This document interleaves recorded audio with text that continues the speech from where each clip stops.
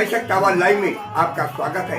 मैं राजेंद्र सोनी एक बार फिर हाजिर हूँ आम जन से लेकर राजनीति और क्षेत्र की विभिन्न घटनाओं के साथ, पक्ष न विपक्ष, सिर्फ निष्पक्ष। आज ट्रोनिका सिटी लोनी क्षेत्र में चाइल्डहुड कंपनी की फैक्ट्री के उद्घाटन अवसर पर भव्य सुंदरकांड का सरस संगीतमय पाठ विधि विधान के साथ संपन्न हुआ।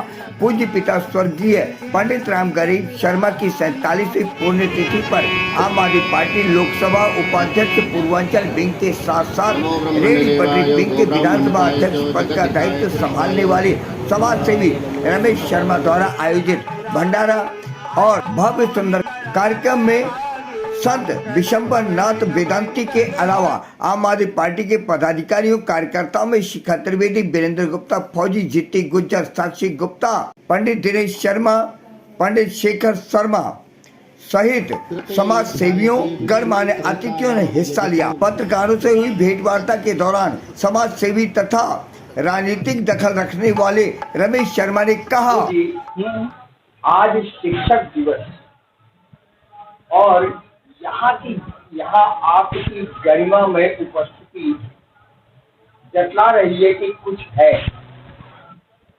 आपसे सिर्फ आशीर्वचन रूप में आम जनता के लिए कुछ शब्द चाहता हूँ जो आप अपने मुखातिब से हैं। भारत के दक्षिण भारत के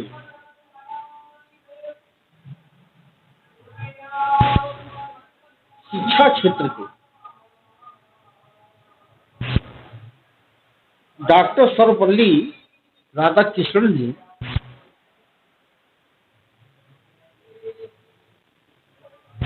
शिक्षा का एक बहुत बड़ा महत्व दी, एक ग्लोबल दी शिक्षा दिवस। इस भारत में सारे दिवस होते हैं, मदर डे, सारे दिवस होते हैं। तो उन्होंने कहा शिक्षा के दिवस में एक बनाया जाए।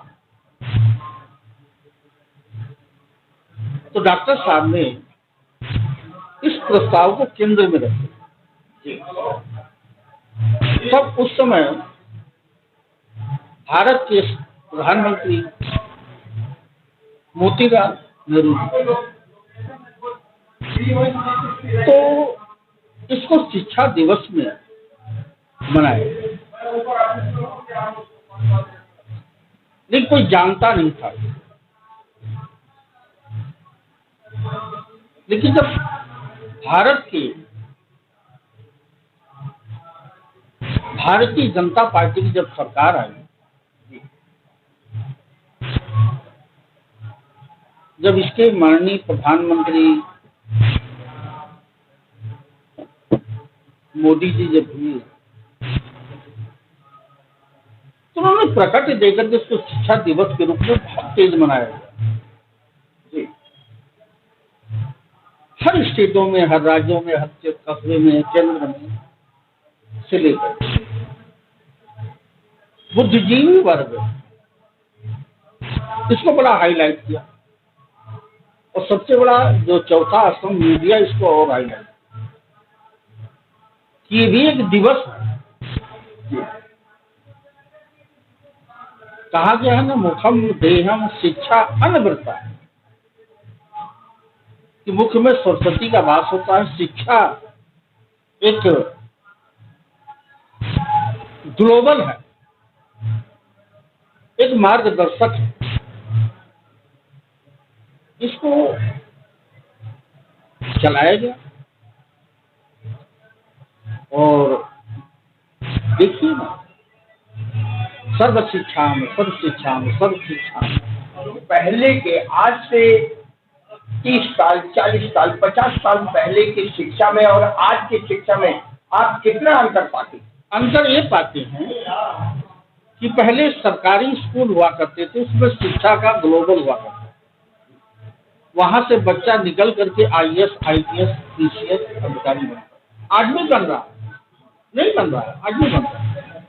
लेकिन जब तक इसका व्यवसायीकरण नहीं था, आज शिक्षा एक व्यवसायीकरण हो गया। व्यवसाय की दृष्टि से देखा जा रहा है। और ये व्यवसायिक शिक्षा एक मंदिर है। मंदिर में लोग स्पर्श करने जाते हैं, आशीर्वाद लेने जाते हैं। उसी तरह शिक्षा एक चीज है। तो ये है, इसको मैं तो आज भी कहता हूँ और कल भी कह रहा था, इसका व्यवसायीकृत नहीं होना चाहिए। खास तौर से उन लोगों के लिए क्या कहना चाहेंगे जो आज भी अपने धर्म से विमुख हो रहे हैं? धर्म सत्य दूसरा धर्म समाज।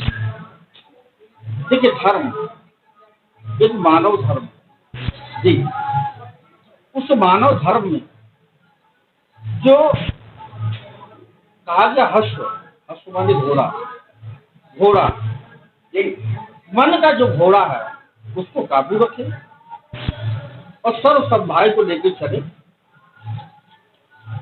और सर्व जगतम तुम देव नारायण अस्तु, कि सारा जगत ही नारायण है, सारा जगत ही परमात्मा है, सारा जगत ही ईश्वर है। तो ईश्वर में भेद नहीं होता, असुर में भेद हो जाएगा। तो मन रूपी ईश्वर को दूसरे में प्रकट करें, असुर रूपी घोड़े को बाहर निकाल के फेंके। यही हमारे लोग का काम है। रमेश जी, आज यहाँ बहुत सारे लोग, गणमान्य व्यक्ति की उपस्थिति नजर आ रही है। इसका मकसद क्या है?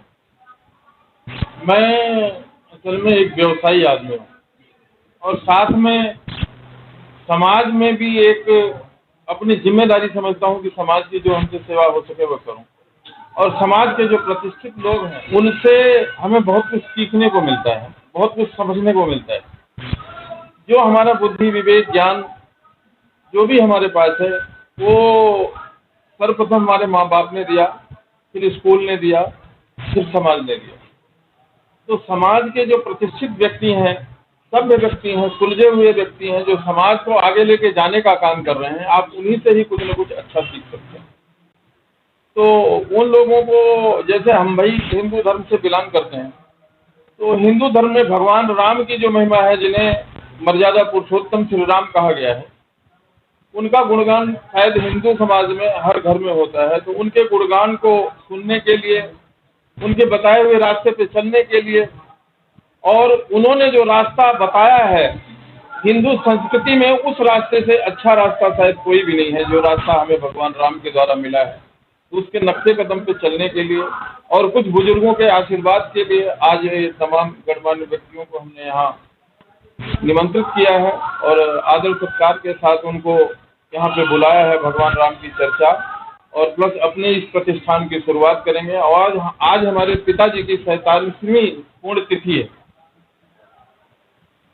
इसके लिए यहाँ लोगों को एक समाज सेवी के रूप में आपका चेहरा किसी परिचय का मोहताज नहीं। मैं जानना चाहता हूँ, समाज सेवा की भावना आपके मन में कैसे आई? देखिए, मैं जिस मिट्टी में पैदा हुआ वहाँ आज से 50-100 साल पहले बड़ी गरीबी, मुफलिसी, बेकारी, बेरोजगारी, और वहाँ जब भी पूर्वांचल के लोग यहाँ दिल्ली, बॉम्बे, कलकत्ता, मद्रास कमाने के लिए जाते थे तो उन्हें सम्मान नहीं मिलता था, उन्हें इज्जत नहीं मिलती थी। समाज में उन्हें बहुत ही घृणित भाव से लोग देखते थे। पूर्विया है, बिहारी है, ऐसा करके उन्हें संबोधित करते थे और उन्हें उठने का मौका नहीं देते थे। उस समय पंजाबी लाबी जो पाकिस्तान से आई थी यहाँ, वो उस लाबी के मन में भी पूर्वांचल के लोगों के प्रति कोई अच्छा भाव नहीं था। लेकिन हम लोगों ने इस मिट्टी में, जैसे दिल्ली, बॉम्बे, कलकत्ता, मद्रास जैसे शहरों में गली कूचे में रह के, जहाँ गंदगी का भरमार था, जहाँ खेत थे, खलियान थे, बाग थे, जंगल थे, वहाँ पे छोटे छोटे झोपड़े बनाए, छोटे छोटे मकान बनाए और छोटे छोटे रोजगार शुरू किए। आज पूर्वांचल के बगैर किसी भी बड़े शहर को आप बता ही नहीं सकते कि उस शहर का अस्तित्व बचता है। अगर पूर्वांचल के लोग निकाल दिए जाएं तो वहाँ कुछ बचता ही नहीं। आज जो भी शहरों के निर्माण में जो भूमिका है वो हमारे लोगों ने किया है, और समाज का हितैषी होने के नाते, समाज का हित करने के नाते हमने बहुत सारे लोगों को अपने यहाँ से लाके उन्हें अलग अलग दिशा में काम बताना, अलग अलग जगह नौकरी लगवाना, उनकी सहायता करना, फिर यहाँ भी संगठन के माध्यम से अलग अलग छोटे छोटे संगठन बना करके लोगों की मदद करना, ये भाव हमारे बचपन से ही हमारे अंदर था, और धीरे धीरे वो चीज़ें बड़ी होती गई और समाज में एक पहचान बन गई। देश में समाज के लिए, देश के लिए ऐसा कौन सा संदेश देना चाहेंगे जो समाज को एक नई दिशा दे सके, समाज के लोग जागरूक? समाज के लिए सबसे पहला संदेश मेरा यह है कि हर आदमी को, चाहे वो गरीब हो चाहे अमीर हो, उसको शिक्षा बहुत जरूरी है, और ये बेसिक बुनियादी जरूरत है। अगर इस बुनियादी जरूरत को हम आज से 50 साल 100 साल पहले लगते और पूरा कर लेते तो शायद आज हमारा देश अमेरिका, चीन, जापान, जर्मनी इन सब से आगे होता। और ये नेताजी सुभाष चंद्र बोस का सपना था। बहुत सारे देश के जो क्रांतिकारी थे उनका सपना था कि देश में शिक्षा को प्राथमिकता दी जानी चाहिए, और शिक्षित समाज ही देश को आगे ले जा सकता है, समाज को आगे ले जा सकता है। तो शिक्षा बहुत महत्वपूर्ण कदम है। और उसके बाद व्यवसाय में, अगर आप व्यवसाय करेंगे, नौकरी ढूंढने के लिए आज हर घर में हम अपने बच्चे को पढ़ाते हैं तो उसको एक ही लाइन बताते हैं, बेटा तुम्हें नौकर बनाना है, नौकरी कराएंगे। हम व्यवसाय को बड़ा करने के लिए, व्यवसायीकरण के लिए लोगों को जागृत नहीं कर पा रहे हैं, लोगों को बता नहीं पा रहे हैं। इस वजह से हमारा समाज जो है बहुत पिछड़ा है, लेकिन फिर भी समाज में जिन लोगों ने व्यापार किया आज वो बहुत कुछ समाज को दे रहे हैं और समाज को आगे लेके जा रहे हैं।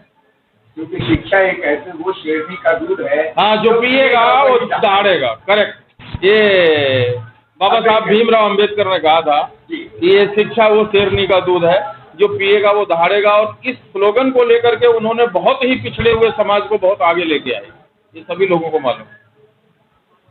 एक जरूरी सूचना। उम्र 14 वर्ष, रंग गोरा, कद 4 फुट 5 इंच, नाम आदित्य सोनी। 4 सितंबर 2022 को दिन के 3 बजे घर से सामान लेने निकला था, अभी तक वापस नहीं लौटा। उसके घर वालों का रो रो कर बुरा हाल है, कहीं भी मिले तो निश्चित संपर्क करें। पिता अनिल सोनी, ग्राम व पोस्ट दुल्हपुर कला, तहसील जलालपुर, जिला अंबेडकर नगर, उत्तर प्रदेश।